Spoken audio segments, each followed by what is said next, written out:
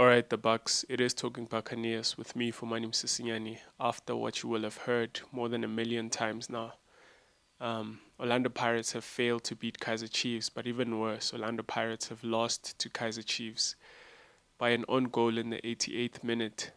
Um, yeah, and if anything is worse than conceding a goal from your half, a long range goal from your own half, it's this. But before I get stuck in the game, I just want to say thank you to everyone who watches. If you're watching right now, thank you. I just want to say thank you to you, and especially if you have subscribed. Thank you so much for that. I really, really, really appreciate it. And if you haven't already, if this is a kind of thing, I'm here twice or three times a week talking about the Mighty Bucks. Yeah, please do consider subscribing. Please also do like the videos. It helps in that they get recommended to you every time um, we drop a video. Hit the notification bell so you can get a notification whenever I drop a video on here. So, yeah, thank you so much for everyone who's subscribed. And if you haven't, please do consider subscribing. So, yeah, to get stuck in the game now, I guess maybe let me start on a positive note. Because the easiest thing for me to do is to come on here and to bash Olisanda, right? And to bash or Sipo Shahin. It depends how you see it. Or maybe let me start there. I think that's not what I'm going to do in this video. I'm sure a lot of you Buccaneers will have had these ex-professionals who played the game explain the goal and explain the mistake. You will have watched the tactical analysis. I haven't, um, just because of well, I've watched the goal back. Just I haven't watched people speak about it.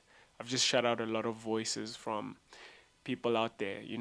Um, yeah, but I'm sure they will have explained to you what happened. But my view of it is, I think one, you can think of it as it was a lack of communication between the defender and the goalkeeper. And who do you blame in that? Well, I've played as centre back in my very short amateur football career, and in that position you want your goalkeeper to be commanding and to come and stake a claim on everything that comes into the box and is in the air, and which you doubt as the center back whether you should get your head on it or not, right? So if balls are floated into the box, the first thing is your goalkeeper's got the advantage of height in that he can jump and use his hands. So you want your goalkeeper to claim everything that comes.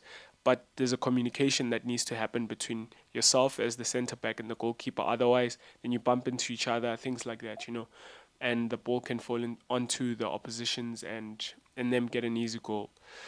So I think the first thing that I'm thinking is that did Sipo Shaina shout in that situation, my ball, mine, whatever the variation of it may be, but just to alert Nda that I'm the goalkeeper and I'm coming out and I'm getting this ball. Um, I bet Sipo Shaina, if he were on this platform and I were asking him this question right now, would have said yes. Uh, 80,000 fans at the FNP Stadium, maybe granted, they didn't hear each other.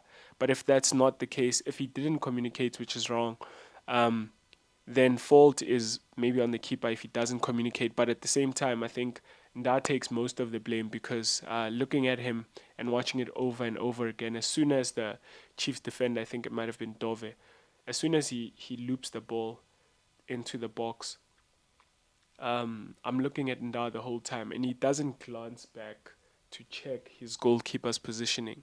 So he doesn't look at where the goalkeeper is, and he just gets his head on the ball.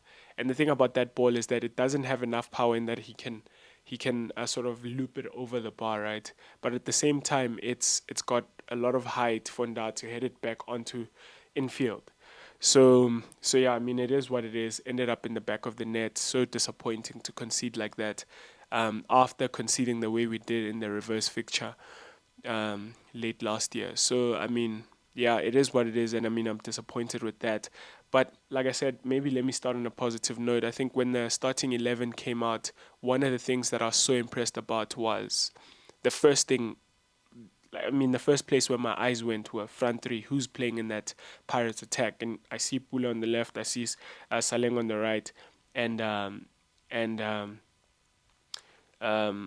Jugamanja as a striker. well, it depends if you want to see it as a 3 or as a 4-2-3-1. So if you see it as a 3, you can almost see it as a 4 as well, in that Lodge, he's a 10. A 10 can be seen as a striker, a midfielder, so a lot of variations of that. But what I mean is that the front line of Pirates, or at least the 4, I was very impressed with, of Lodge, Pule, Saleng, and Chukamanja upfield. I mean, Chukamanja, I mean, he had a stinker, so I mean, that's clear, but he'd been on form before coming into this one, and a lot of people are praising his pressing, and yeah, I'm maybe in that camp as well, in that he does press across that front line, and at times he does show a bit of intelligence to come into infield and join the build up a little bit, and yeah, keep the defenders guessing in terms of his position. So almost that false nine kind of striker. Um, but yeah, I just think he had a terrible game. Or maybe not terrible, but he just didn't. It was like he was not on the field. I just don't remember Chukamanja a lot of the time. He's not memorable at all in this game. And that's not what you want to say about your striker. You want to say that about your centre backs. You want to forget your centre backs. But the striker, you want to see him alive, getting involved, but yeah, I just didn't see Chukamanja in this one.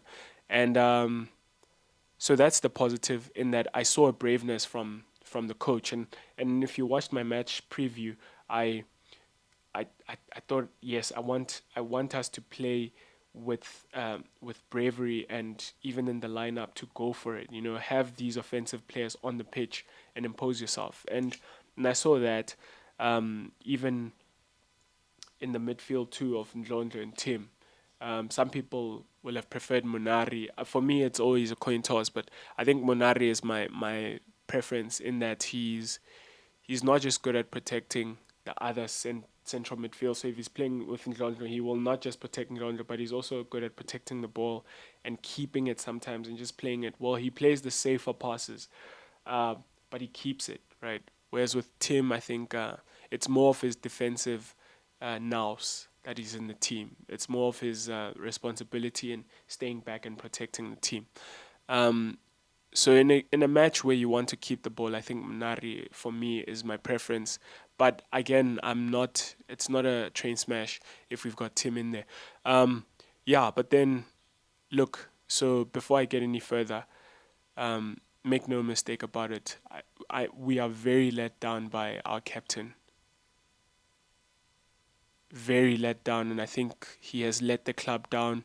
And it's a case where now it's just so sad that the leaders at the club are getting sent off for disciplinary issues. Well, different circumstances, granted, the coach for his own reasons, but now you've got the captain who not so long ago served a suspension out of the team, but again he's suspended now for a red card. And I mean, again, if you watched my review, my preview, sorry, my preview of this derby. I spoke about how we needed experienced heads in this game, and just mix them with the right hunger. And Maela is not my favorite one. If you've watched my videos, you know that I prefer Marco on that left back. Um, but yeah, a player like him, Bafana International, so many seasons at Pirates now. Um, I've argued with some people over this one today, but Buccaneers. But yeah, for me, I think he's irresponsible to go to ground there. I think if you stay on your feet, you give us a fighting chance in the game. We don't go down to 10 men and try and rescue this game, which was bad for 60 minutes. So I'm not at all saying that we lost because of that mistake, but I just think it's irresponsible, in that maybe we could have changed the game somehow. The bench, I doubt the technical team would have changed the game, because of their decisions a lot of the time are very questionable. But you give us a fighting chance, get to the 90th minute, 90th minute, yes, with all your players. But we got to the 88th minute with 10. Um, and it's very disappointing from Maela being the captain. I feel like being the captain, this is not the kind of thing that we should be talking about. And maybe I'll do a squad focus on the whole captaincy situation sometime in the future, maybe midweek. Um, yeah, but very disappointed. I think he let the team down. Um, yeah, but again, so one of the other things that I was concerned about in seeing Maela in that starting lineup, and especially seeing Marco at right back, is that I'm thinking, Well, hold on. If you've got Marco on the pitch, it means that you want Marco on the pitch, right? But you will not sacrifice the captain, which is something, again, I spoke about in my match preview, that I know the coach will not drop his captain. He's going to be in there. So you've got Marco at right back. So this must mean that you want Marco on the pitch because you've got your right back on the bench. And maybe the argument might be, well, Munyan is not fit. But I'm thinking he played 45 minutes against Marisburg United. So how long does he need? Players like Musele have come on with sort of unfit, and Lodge has come back into the fold also unfit. But Lodge is a different conversation. But anyway, yeah, my point is you've got a right back, an orthodox right back on the bench, and I'll get on to why that would have helped having him on the pitch, Munyani, that is, and having Marco where he should play and dropping Maela, not because he got a red card, but simply because he's the better left back for me. And a lot of people go, no, he gives us cover going back, and I go, well, I think a lot of people undermine just how good Marco is defensively. He's definitely better at on the ball going forward, right? But defensively, I think he wins his duels. The height thing is just a thing in people's heads. It's never a thing in matches. It's never a thing. It's never been a thing. I think he's never in set pieces defending as well. So maybe that's why. But for me, it would be a big trade off to keep Mark on the bench just because of set pieces. But yeah, I would have started Marco. Obviously, we should have started Marco at left back so that we can play Munyani at right back. I think one of the other reasons why that is because, and to get to the point which is the biggest letdown for me, is that we never laid a glove on Chiefs. FNB, big as it is, we struggle to move Chiefs around and carve them open. And, having my James Munyani, Tabiso Munyani on that at right back is that it was going to offer us width. And I think that's one of the things. It reminded me a lot of when we used to play with Nyauz at right back and someone like Kabelo Dlamini at right wing, where you never had width on on the Pirates right. I beg your pardon. You never had width. So what you'd have is Nyauza stays back. He's those traditional fullbacks who stay back all the time, right? I beg your pardon. He stays back all the time, and Lamini cuts in field, or Pule cuts in field. So you have no width, and you're almost defending yourself because the team can then stay compact, the opposition, and defend you easily. And that's what was missing because Marco just didn't go out wide. He looks, if there's a criticism for Marco, is that he's one footed. He's always coming in field. And Saleng is also coming in field. So now you don't have width on the right, which made it easy for the likes of Shanti to defend us. And yeah, I think that would have been an aspect that would have helped us. But the other thing is just that our big players didn't show up on the big occasion. You saw glimpses of what Bula and Loch and all these players can do, but in the wrong areas. I think big as FNB is, you needed these players to show up and dominate in spaces and move the ball with tempo and speed and precision and open up those gaps in between the Chiefs defend and penetrate them. And again, it goes back to the point that I always say, and a lot of Buccaneers have bitten my head off, especially on Facebook. So we've got a Facebook page, Talking Buccaneers, where I've had discussions with mostly Buccaneers swearing at me for saying that Saleng saves us, right? And what I meant by that is that take away the Saleng contributions, which are fair. I'm not saying he shouldn't. Pirates obviously pay Saleng to contribute. Yeah, but you take away his contributions, then we have no threat because if it's not a Saleng free kick, it's a Saleng assist. If it's not that, it's a Saleng spectacular or a Saleng corner, or it's whatever. That's how we're scoring. In times where we need to pass the ball around in possession and open up teams and score, we don't do that. We are good in transition because we've got the speed of Saleng. We are good at set pieces because Saleng is good at set pieces. And it's like, it's good, he's our weapon, but it's like, and then it shows itself in these games where he doesn't do the magic and we lose, right? So that's the biggest disappointment for me. It's a big letdown. I feel like we should have laid a glove on Chiefs, we should have beaten them, but of course we failed to, and it's a hard one to take. The next game is against Morocco Swallows, Swallows FC, Old Fan. So Yeah, I mean, gonna be interesting how we're gonna go for that. All is not lost still. I think it's disappointing to lose against your local rivals who played really well. Chiefs had a plan. They didn't win because of their plan, but you just knew they wanted to sit back and release Saile and Dupree, and they did that.